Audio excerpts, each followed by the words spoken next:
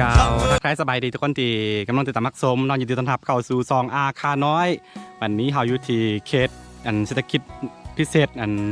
นำอยู่เมืองแขวงบ่อแก้วเนาะคือเราตอนนี้เรามาถามทางที่จะไปยัง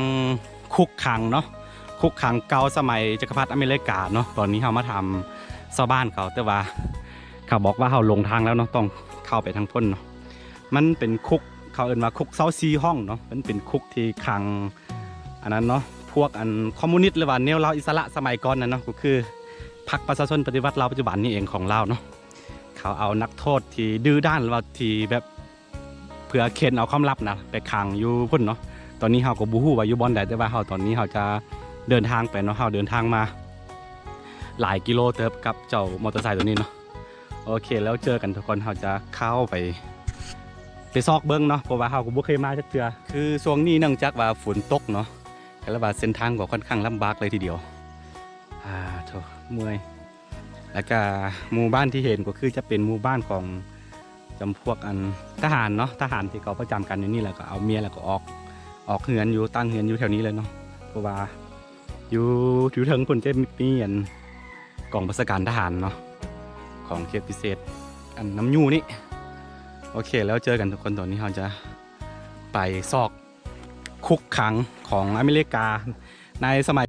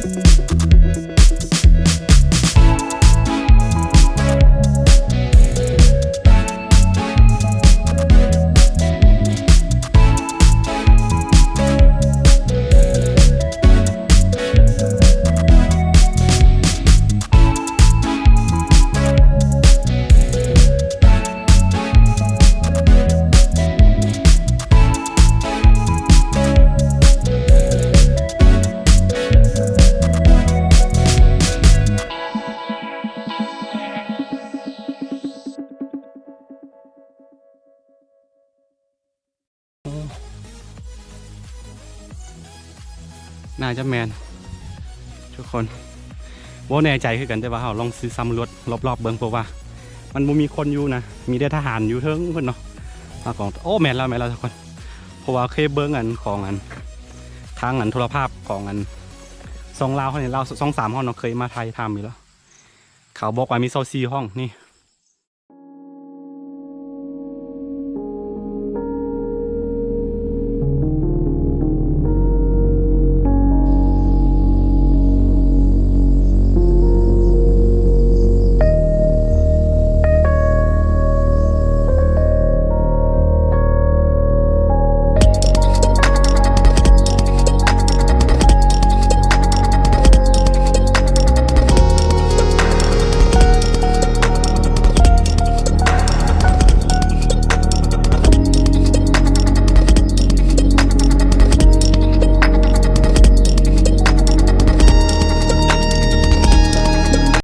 โอ้ยรู้สึกว่าแบบเปรียวๆนิดนึงเพราะว่าเขามาคนเดียวลองนับเบิ่งกัน1 2 3 4 5 6 7 8 9 10 11 12โอ้หมายเข้ามาเขาจะเฮ็ดเป็น2เบื้องเนาะเบื้องละ12ห้องก็12 บวก 12ก็เป็น24ห้องหรือว่า24ห้องเนาะนี่คือคุกขังหรือว่าคุกสมัยสงครามกลางเมืองของจักรพรรดิอเมริกาเนาะคือหลายคนอาจจะบูฮู้หรือเฉพาะพี่น้องคนไทยบอลเนาะเราเขาตกเป็นหัวเมืองขึ้นของกันแบบตกเป็นหัวเมืองขึ้นว่าสงครามกลางเมืองของอเมริกานะแล้วก็ฝรั่งเศสออกไปแล้วก็อเมริกาเข้ามาแทนเนาะในปีคศ1954จนจำปีคศ1975เนาะนี่โอ้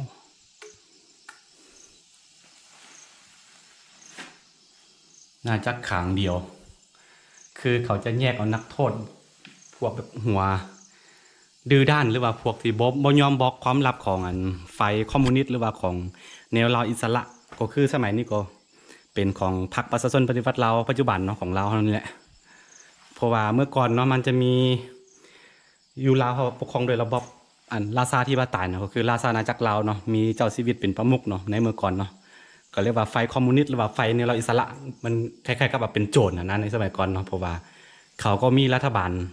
ของเขาอยู่แล้วก็คือรัฐบาลราชอาณาจักรลาวเนาะหัวมือกับทหารของหัวมือกับรัฐบาลอเมริกาเนาะเพื่อต่อต้านคอมมิวนิสต์ในเมื่อก่อนเราเคยก็เลยเอานักเคลื่อนไหวหรือว่านักปฏิวัติลาวอิสระนั่นแหละมาขังอยู่นี่เนาะแต่จะเป็นครั้งเดียวนี่ทุกคนเราก็บ่ค่อยมีข้อมูลแบบแน่นหนาบันไดเพราะว่านั่นเนาะบ่ได้ศึกษาเพราะว่าพอดีเป็นทางพันเราก็เลยถามชาวบ้านเขาเข้ามาเบิ่งเลยสุดยอดทุกคนเก่าแก่พอสมควรเขาจะสำรวจไปแต่ละห้องเบิ่งเนาะอาจจะมีจำพวกงูเขียวงูมีอย่างเป็นอันนั้นเนาะเป็นคอนกรีตแน่นหนาเลยเป็นซีเมนต์บู๊ว่าจะมีผู้คนหรือว่าประชาชนที่บริสุทธิ์เนาะเสียเลือดเนื้ออยู่นี่เท่าใดบู๊เลยเด้อทุกคนว่าจะเป็นทหารไฟปฏิวัติไฟอันคอมมิวนิสต์นี่แหละถ้าผู้ใดบ่ยอมบอกความรักเขาก็จะขังอยู่นี่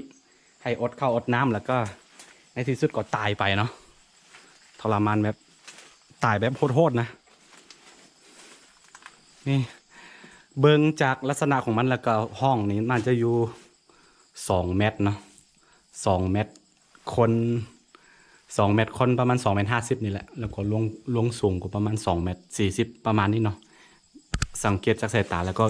ลวงสูงของมันประมาณ2 เมตรของประตูเนาะ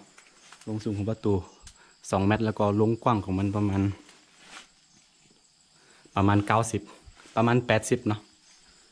กว้าง80สั่งเนี่ยจนมีต้นไม้มีกกไผ่มียังขึ้นหมดเลยทุกคนคุกตัวนี้ก็น่าจะสร้างแต่พุ่นเนาะปี60พุ่นละปีคศ1960พุ่นอย่างที่บอกไปตอนต้นเรื่องเนาะคือเขาจะเอาทหารไฟอันคอมมิวนิสต์หรือว่าไฟแนวลาวอิสระในเมื่อก่อนเนาะมาจากลองแจ้งบ่อสังทองลองแจ้งนะ มันเป็นฐานลับของ CIA สมัยก่อนเนาะหรือว่าของฐานลับ CIA แล้วก็ฐานทัพของในพลวังเปาในพลวังเปาสนเผ่ามงเขานี่แหละแล้วก็เขาจับได้ทหารคอมมิวนิสต์แล้วก็เขามาขังพี่น้องผู้ใดบ่ยอมบอกคำลับเขาก็จะทึกทรมานอย่างโหดเหี้ยมแล้วก็ตายไปในที่สุดเนาะนี่คือความโหดเหี้ยมของสงครามกันเมือง หรือว่าสงครามที่เนาะว่าเรื่องสงครามเนี่ยมันไม่มีสิ่งใดดีเลยเนาะนี่มีทั้งหมด12ห้องแล้วก็ยูฟากในอีก12ห้องทุกคนโอเคทุกคนตอนนี้ฮะก็มาถึงคุกขังของจักรพรรดิอเมริกาในสมัยสงครามกลางเมืองลาวนะก็คือสมัยสงครามเวียดนามนั่นแหละเนาะรวมๆกันเนาะโอเคตอนนี้เราซ้ำรวดไป12ห้องฝั่งนี้แล้วเราเขาจะไปเบิ่งอีกฝั่งหนึ่งเนาะติดตามไปรู้สึกป่าแบบมีวิญญาณเป็นอย่างเนาะอยู่ตามนี้ปุ๊บรู้สึกว่าแบบเปรียวๆแล้วก็แบบขนลุกนะเพราะว่ามาคนเดียวอีกแล้วก็เสือยังแบบเสือแน่นอนว่ามันมีผู้คนล้มตายเป็นจำนวนหลายๆค่อยหลายๆพันคนเนาะในที่นี้เนาะในสมัยก่อนเนาะปัจจุบันนี้ก็เหลือไว้แต่ความทรงจำของบาดแผลสงครามกลางเมืองให้ทุกคนให้รุ่นลูกรุ่นหลานได้เห็นกันเนาะโอเคทุกคนเฮาก็มาถึงอีกฝั่งหนึ่งเนาะอันนี้ก็คล้ายๆกันเนาะเพราะว่าออกแบบมาคล้ายเหมือนกันหมดเลยเนาะเป๊ะๆนี่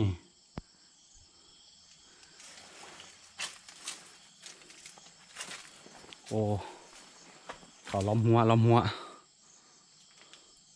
จนมีกอกไฮเนาะขึ้นอยู่ปากอะไรปากห้องเลยปากคุกขังนี่ทุกคนมันก็ลักษณะของมันก็เหมือนกันหมดเนาะนี่อันนี้บูฮู้ว่าเขาเก็บเมย์อย่างไรแล้วก็ทางพ่นเนาะก็เหมือนกันโบตังอย่างไรกับฝัง12ห้องเนาะ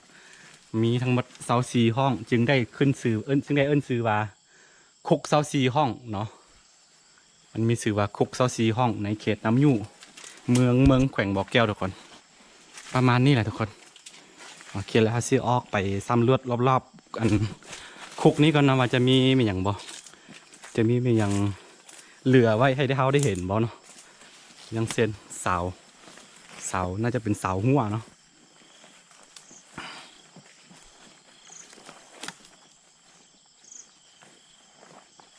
มันเป็นฐานทัพของ CIA หรือว่าทหารอเมริกาในเมื่อก่อน